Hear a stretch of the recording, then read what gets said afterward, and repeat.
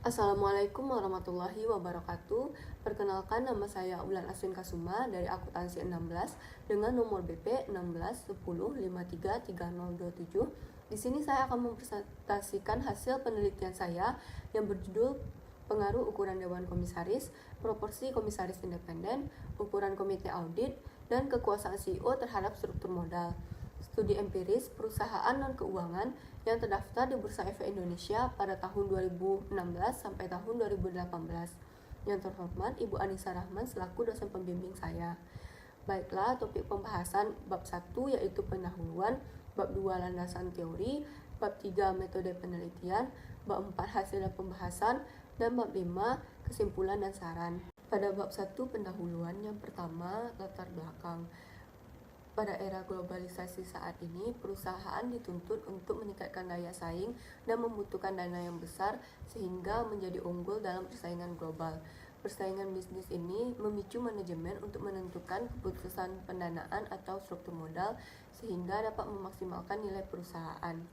Menurut Abor, struktur modal adalah gabungan antara hutang dan modal sendiri untuk membiayai operasional perusahaan. Dalam pemilihan struktur modal terdapat kelebihan dan kekurangan. Apabila perusahaan memilih hutang dengan proporsi yang tinggi, maka mempunyai kelebihan adanya pengurangan pajak terhadap beban bunga. Sedangkan kekurangannya yaitu adanya risiko gagal bayar yang akan dihadapi oleh perusahaan. Manajemen harus memberikan perhatian lebih dalam menentukan proporsi hutang yang akan digunakan dalam struktur modal sehingga tercapainya struktur modal yang optimal. Langkah-langkah yang harus diambil oleh manajemen dalam menentukan struktur modal yang optimal dengan cara meminimumkan biaya modal rata-rata dan memaksimumkan nilai perusahaan menurut Rianto. Perusahaan memiliki pendanaan yang efisien jika mempunyai struktur modal yang optimal sehingga dapat memaksimalkan nilai perusahaan. Dalam menentukan keputusan pendanaan, manajemen tidak hanya mementingkan kepentingan dirinya saja, akan tetapi juga ada kepentingan stakeholder lain yang patut dipertimbangkan. Menurut Korsman dan Han, bahwa proporsi tingkat hutang yang tinggi akan menyebabkan ancaman kebangkrutan, sehingga manajemen lebih memilih menggunakan sedikit proporsi tingkat hutang. Padahal menggunakan tingkat hutang yang tinggi akan meningkatkan pengawasan yang lebih ketat yang dilakukan oleh Dewan Komisaris. Agar tindakan manajemen lebih terbatas, maka dibutuhkanlah corporate governance yang mengatur dan membatasi tindakan manajemen tersebut. Menurut Forum for Corporate Governance Indonesia, corporate governance didefinisikan sebagai seperangkat peraturan yang mengendalikan hubungan antara pemegang saham, pengelola perusahaan, pihak kreditur, dan pemerintah, serta pemangku kepentingan internal maupun eksternal dalam berhubungan dengan hak dan kewajiban. Menurut Maharani, penerapan corporate governance bisa dilakukan dengan mekanisme internal, seperti misalnya pemegang saham menunjuk wakil untuk menjadi Dewan Komisaris, sehingga pemegang saham dapat mengawasi perusahaan atau manajemen secara langsung. Penelitian ini diharapkan mampu memberikan hasil yang terbaru dan akurat mengenai pengaruh corporate governance terhadap struktur modal di Indonesia. Selanjutnya, ada rumusan masalah. Rumusan masalah pada penelitian ini yang pertama, apakah ukuran Dewan Komisaris berpengaruh terhadap struktur modal? Yang kedua, apakah proporsi komisaris independen berpengaruh terhadap struktur modal? Yang ketiga, apakah ukuran komite audit berpengaruh terhadap struktur modal? Yang keempat, apakah kekuasaan CEO berpengaruh terhadap struktur modal? Adapun tujuan penelitian ini yang pertama, untuk menguji ukuran Dewan Komisaris berpengaruh terhadap struktur modal. Yang kedua, untuk menguji proporsi komisaris independen berpengaruh terhadap struktur modal. Yang ketiga, untuk menguji ukuran komite audit berpengaruh terhadap struktur modal. Yang keempat, untuk menguji kekuasaan CEO berpengaruh terhadap struktur modal. Adapun manfaat penelitian, yang pertama bagi perusahaan, diharapkan lebih memperhatikan penerapan good corporate governance pada perusahaan sehingga membantu para manajemen dalam memilih keputusan pendanaan dan dapat memaksimalkan nilai perusahaan. Yang kedua, bagi akademisi, diharapkan penelitian ini berguna sebagai referensi dan acuan untuk penelitian selanjutnya mengenai pengaruh corporate governance terhadap struktur modal. Yang ketiga, bagi stakeholder, diharapkan penelitian ini dapat memberikan gambaran mengenai keputusan pendanaan pada suatu perusahaan sehingga dapat memberikan return yang optimal. Baiklah, bab 2 membahas mengenai landasan teori. Bagian pertama ada tinjauan pustaka, terdiri dari teori keagenan, teori pecking order, corporate governance, ukuran dewan komisaris, proporsi komisaris independen, ukuran komite audit, kekuasaan CEO, dan yang terakhir struktur modal. Selanjutnya ada penelitian terdahulu. Penelitian mengenai pengaruh corporate governance terhadap struktur modal telah banyak dilakukan, akan tetapi memiliki hasil penelitian yang berbeda-beda dan tidak konsisten. Hal ini disebabkan oleh perbedaan dari beberapa faktor. Penelitian terdahulu bisa dijadikan sebagai acuan atau referensi untuk penelitian berikutnya.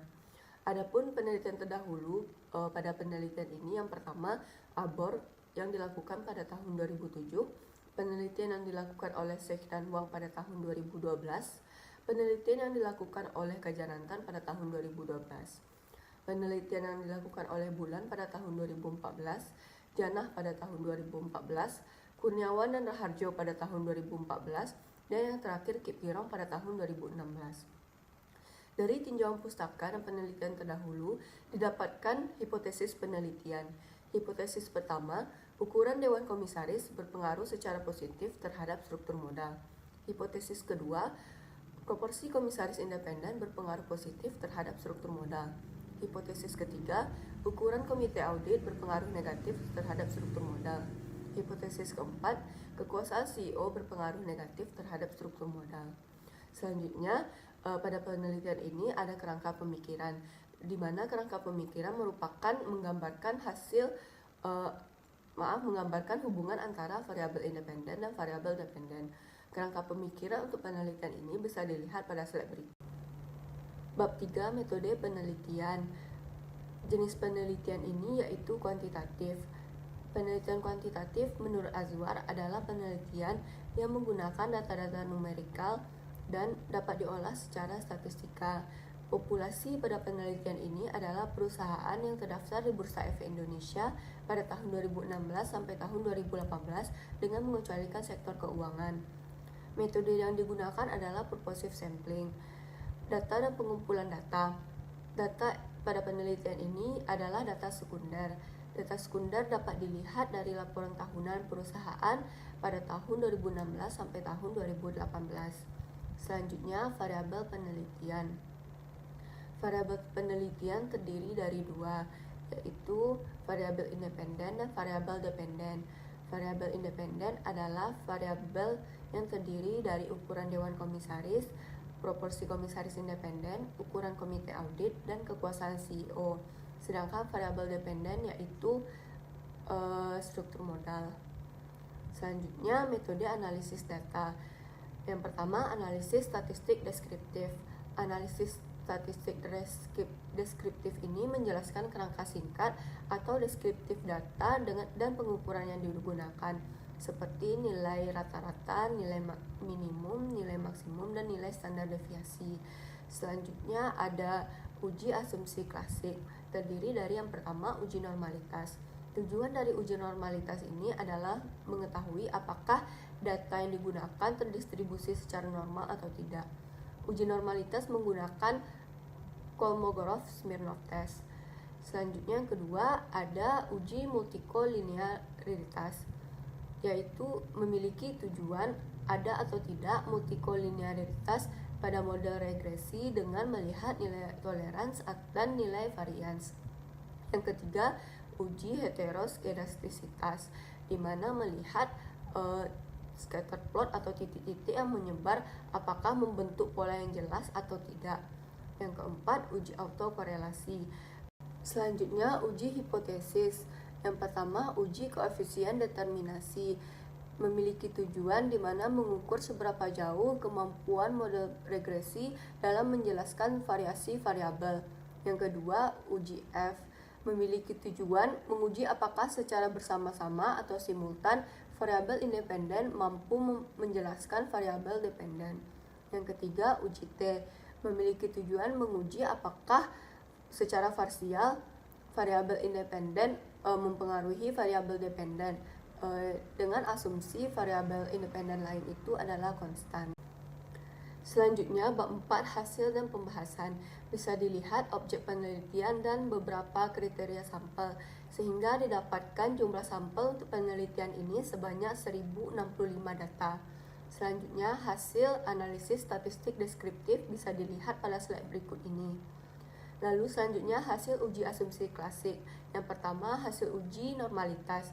Bisa dilihat hasil uji normalitas dengan melakukan tes Kolmogorov-Smirnov didapatkan bahwa nilai 0,071 lebih besar dari 0,05. Artinya data yang digunakan pada penelitian ini terdistribusi secara normal.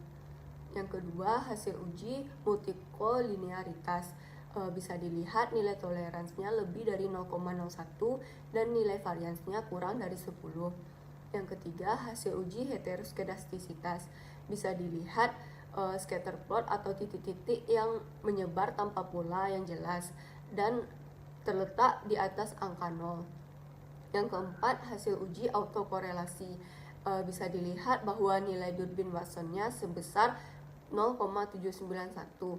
Artinya tidak terdapat masalah autokorelasi karena nilai Durbin Watson terletak antara -2 dan +2. Lalu uji hipotesis. Yang pertama, hasil uji koefisien determinasi. Dapat dilihat bahwa angka adjusted R-square-nya sebesar 0,011 menunjukkan bahwa kemampuan variabel independen dalam menjelaskan kondisi variabel dependen adalah sebesar 1,1%, sedangkan 98,99% lainnya dijelaskan oleh variabel lain di luar penelitian.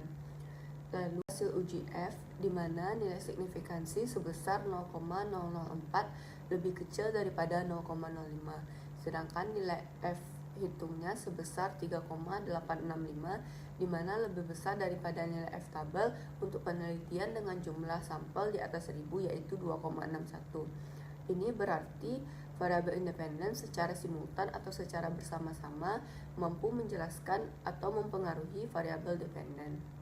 Hasil uji T, yang pertama variabel ukuran Dewan Komisaris memiliki nilai signifikansi sebesar 0,595, di mana lebih tinggi daripada 0,05, sehingga variabel ukuran Dewan Komisaris tidak berpengaruh secara signifikan terhadap struktur modal. Yang kedua, variabel yang kedua yaitu proporsi komisaris independen. Bisa dilihat nilai signifikansinya sebesar 0,05 dan nilai T-nya sebesar 2,833. Hal ini menunjukkan bahwa variabel proporsi komisaris independen memiliki pengaruh positif terhadap struktur modal. Ya, variabel ketiga yaitu ukuran komite audit. Bisa dilihat nilai signifikansinya sebesar 0,014 dan nilai T sebesar -2,465. Dapat ditarik kesimpulan bahwa ukuran komite audit berpengaruh secara negatif terhadap struktur modal. Untuk variabel keempat yaitu kekuasaan CEO diproyeksikan masa jabatan CEO memiliki nilai signifikansi 0,6, di mana lebih besar daripada 0,05. Hal ini berarti bahwa variabel kekuasaan CEO tidak berpengaruh signifikan terhadap struktur modal. Dari hasil uji T tersebut dapat ditarik kesimpulan atau ringkasan. Yang pertama, hipotesis 1 yaitu ukuran Dewan Komisaris berpengaruh secara positif terhadap struktur modal, maka hipotesis pertama itu ditolak. Yang kedua, hipotesis kedua yaitu proporsi komisaris independen berpengaruh positif terhadap struktur modal, maka hasil yang didapatkan hipotesis kedua diterima. Hipotesis ketiga yaitu ukuran komite audit berpengaruh negatif terhadap struktur modal. Hasil yang didapatkan yaitu hipotesis ketiga diterima. Hipotesis keempat, kekuasaan CEO berpengaruh negatif terhadap struktur modal. Hasil yang didapat hipotesis keempat ditolak. Lanjut bab 5, kesimpulan dan saran. Kesimpulan pertama, ukuran Dewan Komisaris tidak berpengaruh secara signifikan terhadap struktur modal karena kurang efektifnya tugas Dewan Komisaris dalam melakukan pengawasan terhadap manajemen, sehingga keputusan pendanaan lebih banyak diambil oleh Dewan Direksi. Yang kedua, proporsi komisaris independen berpengaruh positif terhadap struktur modal. Artinya dalam melakukan tugasnya, komisaris independen lebih memilih hutang sebagai struktur modal, karena jika tingkat hutang lebih tinggi maka pengawasan yang dilakukan juga lebih ketat. Yang ketiga, ukuran komite audit memiliki pengaruh negatif terhadap struktur modal, karena komite audit tidak memilih hutang sebagai struktur modal guna melindungi perusahaan dari risiko gagal bayar. Yang keempat, kekuasaan CEO tidak berpengaruh secara signifikan terhadap struktur modal, karena pengambilan keputusan pendanaan ini hanya melibatkan manajemen, dan CEO hanya bertanggung jawab dalam melaporkan kepada pemegang saham. Selanjutnya ada implikasi penelitian. Yang pertama, bagi perusahaan, penelitian ini bisa menjadi implikasi untuk lebih memperhatikan penerapan good corporate governance pada perusahaan, sehingga membantu dalam pemilihan keputusan pendanaan yang efektif dan memaksimalkan nilai perusahaan. Yang kedua, bagi akademisi, penelitian ini menjadi acuan dan sebagai referensi untuk penelitian selanjutnya mengenai pengaruh corporate governance terhadap struktur modal. Yang ketiga, bagi stakeholders, hasil penelitian ini bisa memberikan gambaran mengenai penerapan good corporate governance dalam perusahaan, sehingga stakeholder dapat mendapatkan return yang optimal. Selanjutnya ada keterbatasan dan saran. Yang pertama, beberapa perusahaan tidak menerbitkan laporan tahunan dan tidak semua perusahaan mengungkapkan informasi secara lengkap yang dibutuhkan oleh peneliti. Yang kedua, penelitian ini dilakukan selama 3 tahun dalam jangka waktu tahun 2016 sampai tahun 2018. Diharapkan untuk penelitian selanjutnya lebih memperpanjang periode pengamatan. Yang ketiga, penelitian ini fokus pada pengukuran struktur modal, yaitu debt ratio. Masih ada pengukuran struktur modal yang lain, yaitu debt to equity ratio. Diharapkan untuk penelitian selanjutnya dengan pengukuran debt to equity ratio ini bisa memberikan hasil yang berbeda. Yang keempat, penelitian ini telah menguji variabel independen, yaitu ukuran dewan komisaris, proporsi komisaris independen, ukuran komite audit, dan kekuasaan CEO diproyeksikan masa jabatan CEO.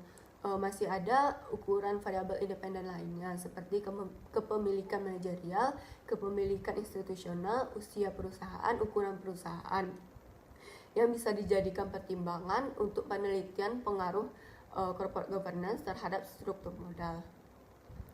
Sekian presentasi hasil penelitian saya ucapkan terima kasih.